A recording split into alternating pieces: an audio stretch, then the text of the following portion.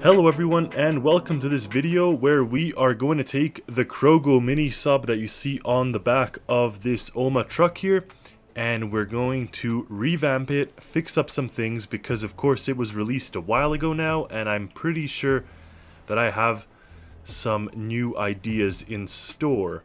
With that is going to come the addition of a new ROV, because of course I want to perfect some of the technology that you see on the mini sub here before I dive into the ROVs, no pun intended here, and I want to kind of start with this. Now the Krogo mini sub is one of the mini subs I really do love in the game that I've made, and I think it's a shame not to develop and build on that and make it that much better. The latest version that I have that has not yet hit the workshop here is this one, and you may notice that now it has a sliding door back here instead of the door that opens up with a hatch. It just makes it much easier to jump in no matter where you are. And you may have noticed that I put the propellers now to hold the depth on the bottom, so that actually lets you go into the water much easier without having to submerge. Previously the propellers were located here and here, and you'd actually have to get a little bit submerged before you can engage that mode. Now you can engage it right away. However, that said, there still are some difficulties that I noticed. First of all, this random glitch when I can't jump up on it. I'm not quite sure what the odd physics is there. But besides that point, if you sit there, then you could kind of walk in. Now you have this, and if you go into the cabin, I've also added a aim on this bottom light, so they actually aim to the sides, so you get that much more of a sight line. Now when we turn on our submarine mode electric, and keep in mind I've not flooded the ballast tanks at all, so with us doing this, the submarine constantly wants to raise, so we have to keep kind of pushing up on our arrow and keep it going down. There is something that I did in one of my recent Regal built ships, when if you're not actively holding one of the buttons, it actually maintains your depth, or rather for the boat it maintains your steering. So in this case I want to make it an auto depth hold, meaning it'll act just like any of the other games, kind of where if you do this and you're pulling down on it, it'll be going down. If you're pulling up, it'll be going up. But if you let go of it, it'll actually stabilize you. And secondly, if I turn on the displays here, and you see here the depth of the seabed is actually at around 12. So if I go ahead and put -5 here, the bottom propellers are going to start to spin. And there are many sensors in this submarine that keep it leveled. But the problem is, it goes down so slow. It really does not want to go down fast. So imagine if you want to go down to a depth of like 300 meters, this is going to take forever. This is really not a great solution to that problem. Everything is in this microcontroller that I've developed here, and even this microcontroller now is super outdated, and I even went over or glossed over the fact that it used to have a -X expression. Now it actually goes right over that if you have a non-roof mounted propeller, so if they're mounted on the bottom. So I'm gonna actually start with this nice microcontroller that I've kind of developed over the years, except I'm going to now call it 1v1, and it no longer matters to have 4 roof propellers. It just has 4 propellers for assisting the depth, so for depth hold. And I'm going to delete this. It does not use the pivots. Now remember, in the other container mini sub I used the pivots. Here we don't actually use the pivots, and you can see here there even isn't a pivot controller. Now there is a really odd one, sonar, because I actually put the sonar to sort of pass through this microcontroller, if that makes sense, to connect it to the instrument panel. However, because channel 4 is empty, I now know that you could just put you could just connect an instrument panel to various nodes. For example, if you put this somewhere, first of all, where it can go, So if we have this one here, you could connect it, but you could also connect it to this one here. So it can be connected to both as long as that one is reading the fourth channel, then we don't have to have a pass-through. I'm just going to add a property toggle here, and the idea is that I can now set whether the depth hold propellers are on the roof or on the hull. So my negative function actually ends up being used here, and it goes to the on switch. So if it is indeed being on the roof, then it's the on. If it's on the hull or on the bottom, it is off. So that's just a simple way to adjust that figure without having to have any kind of major retrofitting. With a little bit of fine-tuning of the microcontroller, here we have it. So if I go down and let go, it will stabilize itself and it won't want to just go straight back up. So you can see that that works quite nicely, and likewise if we go up and break the surface, it will now be positioned upright here, and you can see the fin is even kind of aiming us up so we can act kind of like a boat. But then if we go back down, then we become submerged. So the idea is that you don't have to constantly be fighting with the buoyancy and having it want to pull you up if it is lighter than water, or drop you down if it's heavier. In this case, now you just have a constant, you can just pretty much just go straight and it will go. Now this is going to be perfect for the ROV, because of course with the ROV, it is, you don't really get a sense of if you're going up and down. And of course you could look at the tilt little dial, but you'll never really know. I mean, you'll know, but you'll have to just be constantly battling it. Whereas here, it just keeps us leveled as it is. And I even put a disable button here, so now we have it working and it's keeping us level. If I disable it, you can see that it just pulls us right back up to the surface, and it does not do anything for us here. So that was all thanks to this little microcontroller here that in essence makes this sequence on as long as we are pressing the arrow up and down. If we're not pressing it, it will automatically hold our depth and not bring us up to the surface or make us sink. This next part I recognize doesn't work properly, so if I go here and set a depth of -4 and watch the MINISUB, you can see it starts to pull us back like this, and if we check on our microcontroller, it's because the rear motors are pushing, well, all the motors are pushing at a different speed. We got our rear right and our rear left pushing at faster than our front ones, which is what makes us kind of go at that funny way. So there's something wrong with the microcontroller to begin with, and it goes way too slow. I'm envisioning what's happening is it is limiting itself at 0.5 of the throttle. What the system currently uses is 4 altimeters located on each corner, as well as 4 propellers located on each corner, and a function to sort of make the system go up and down. Now the problem comes when if there is some unevenness or tilt in the submarine, it doesn't quite know how to regulate that. And it doesn't help that I have a treasure trove of microcontrollers and paths and all kinds of things here. So I have to do a little bit of digging and get an understanding of what on earth is going on.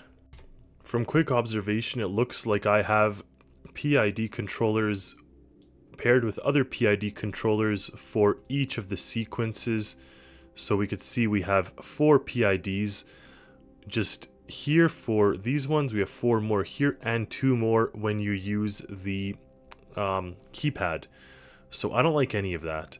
I think this is all a big mess and quite difficult to even understand. Sometimes it's best just to start again, delete all that spiderweb mess, and kind of start from scratch with the newest information that I know now. So of course up here is what we already made, and that is the system that uses the front right altimeter and sets our fin pitch. Whereas down here now, we have, when we press on button number 1, that actually triggers this sequence to hold it or to force down the submarine with the propellers. Previously, I used a PID that was advanced that had these numbers as properties, which I'm just going to replace with a simple PID. I don't want to have the constant spider web coming out of these nodes.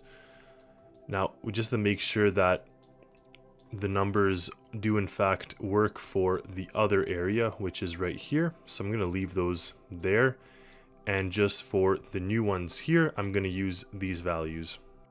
If I look back at how the microcontroller was, what would happen is when we press this button, it would pulse the memory register. It would make that memory register act as the set point, which would then pass into this numerical switch box, which would be on the on path when this is on, and it would then go to this one here, which is an expression or a function that would take half of the x and half of the y.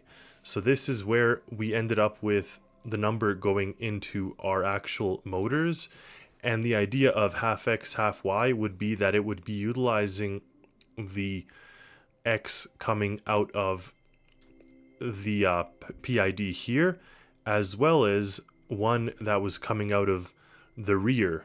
So it didn't work, as we saw. It kind of gave us an error, gave us issues. So I'm going to drop this system, but of course this first bit will remain the same. I'm just going to leave this here, this AND function, just in case we want to do anything with it. And it's AND NOT with nothing attached. This is the one that's going to trigger our function here. So if we press this, it'll actually push this into here. And then if this is not pressed, then of course it will reset our memory register. Likewise, if this is pressed, it's going to activate our PID controller, and that stored number, okay, so the number that's actually being stored coming out of the front right altimeter is going to be our set point. Our process variable is going to be the actual value coming currently out of the altimeter. Now this control output is what ideally should be attached to the propellers there, but now I'm just going to make the same process for the rest of these, just so we have a starting point. For all of the altimeters and all of the corners, now there is a PID controller. The only one different now is going to be the keypad, of course, because we are going to enter a value in the keypad, and depending on what that value is what we want to these PIDs to act as the stored numbers. So not to be what's coming out of the memory register, but to be whatever is coming out of this keypad here. Another glaring issue is that with this system of 4 altimeters and 4 PIDs and 4 memory numbers, what may actually happen is if we are descending into the depths, so if our submarine is pointed downward and I press hold the altitude, it's actually going to want to hold that altitude. So what we really need to do is the front right altimeter is going to be the value that we are storing in all the cases. So now the same number is stored, and really it's just the altimeters that are now trying to match that number. Therefore, the submarine is going to be equalized fully. Now that's where this keypad can be put to work here. So if this keypad is anything but a 0, we want it to be activated, and that's actually going to override whatever is set on these numbers here. So we can just use a threshold function, and set here that if it is not 0, 0, so if whatever is coming out of this is not 0, 0, then I want to turn on this numerical switch box. And by turning on the numerical switch box, I'm actually going to take the value coming out of it, so the on value, and that's what I'm going to want to put into the set point here. So our old set point is whatever was coming out of this memory register. And actually we don't even need 4 memory registers. That was also an oversight. What I only need is the 1 memory register that is attached to that front right altimeter. You can see they're all the same here. Once we pulse it once, these ones don't matter. And once we set the front right altimeter with this number to store, that stored number can go to all of these set points here. And then we don't actually need this. So all we need is that 1 function, and the rest is now comparing the actual altimeter with our stored function here, the memory register. So that's where we're going to add in this new function. This stored number is going to be what is our off value going into all of these. And then if we actually set a keypad number, then that keypad number is going to override whatever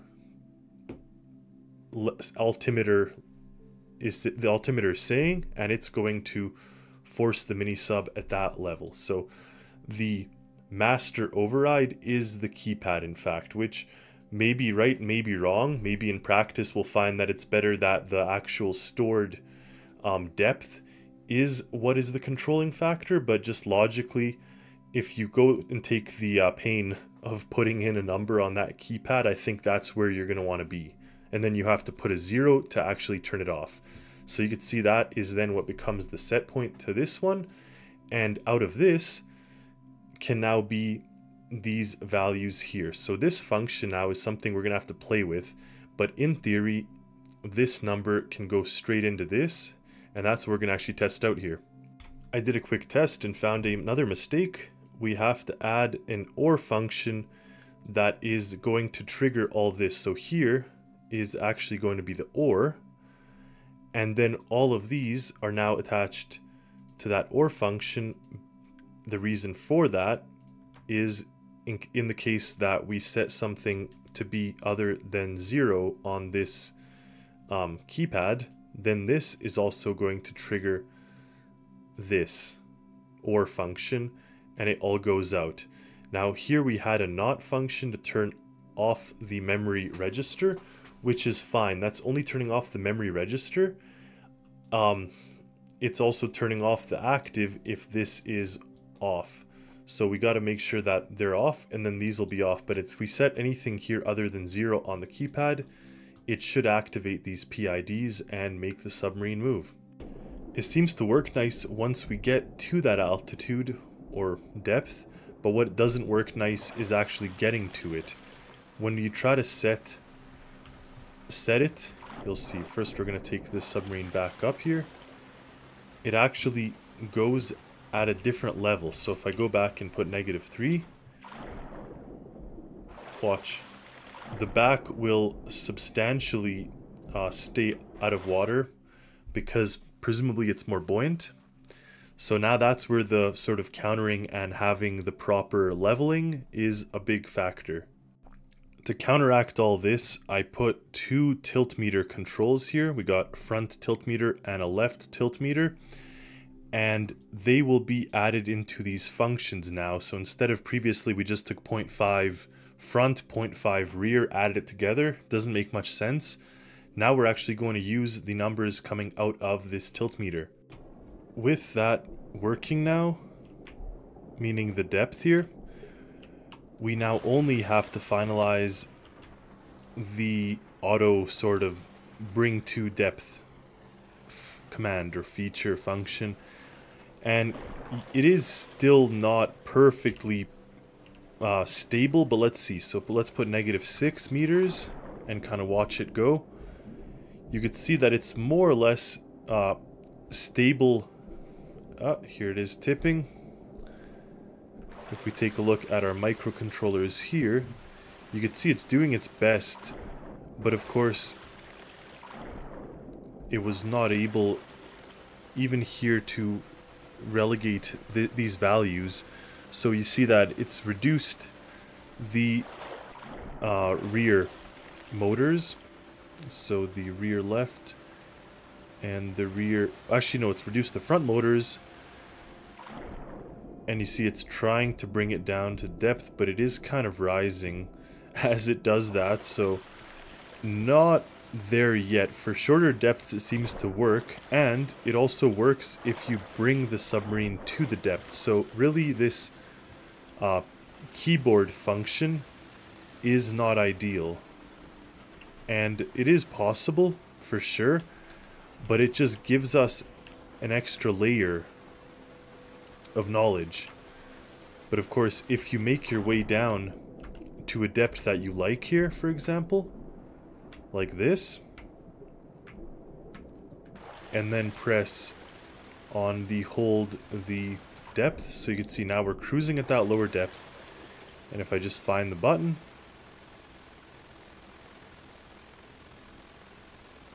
right here, depth hold using propellers. So if I come to a stop, these propellers should automatically make me stay at the depth I like. And you can see that they're working. So really it's just the keypad function that's not working perfectly. And truthfully, I think it's going to need a lot more sensors to get it working the way we intend it to. But I did have an idea. Instead of a button that we press to hold the depth, why don't we make it automatically hold the depth when we are not moving? So if we are stationary, like this, it will hold the depth at using these propellers. If we're moving, then it'll hold our depth using the fins. That way we don't even need this bring to depth function. We can just sort of rely on getting down ourselves. Now, I do like the bring to depth function because it does give me a little bit of, like, I like hopping into a submarine and letting the submarine take me down to a nice depth. I find that type of function quite useful, but you can see here it just does not really want to work properly. But I think it'll be fairly easy to implement what I just said if we're stopped, and how we're going to do that is by using the throttle function.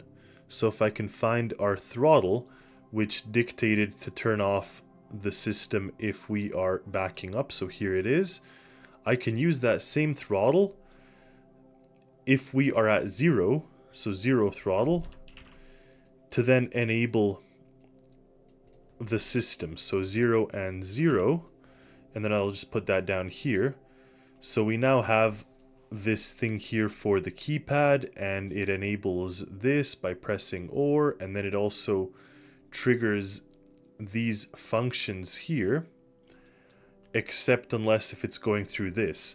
So what I can do is eliminate this here, and it'll just then go directly from our memory function.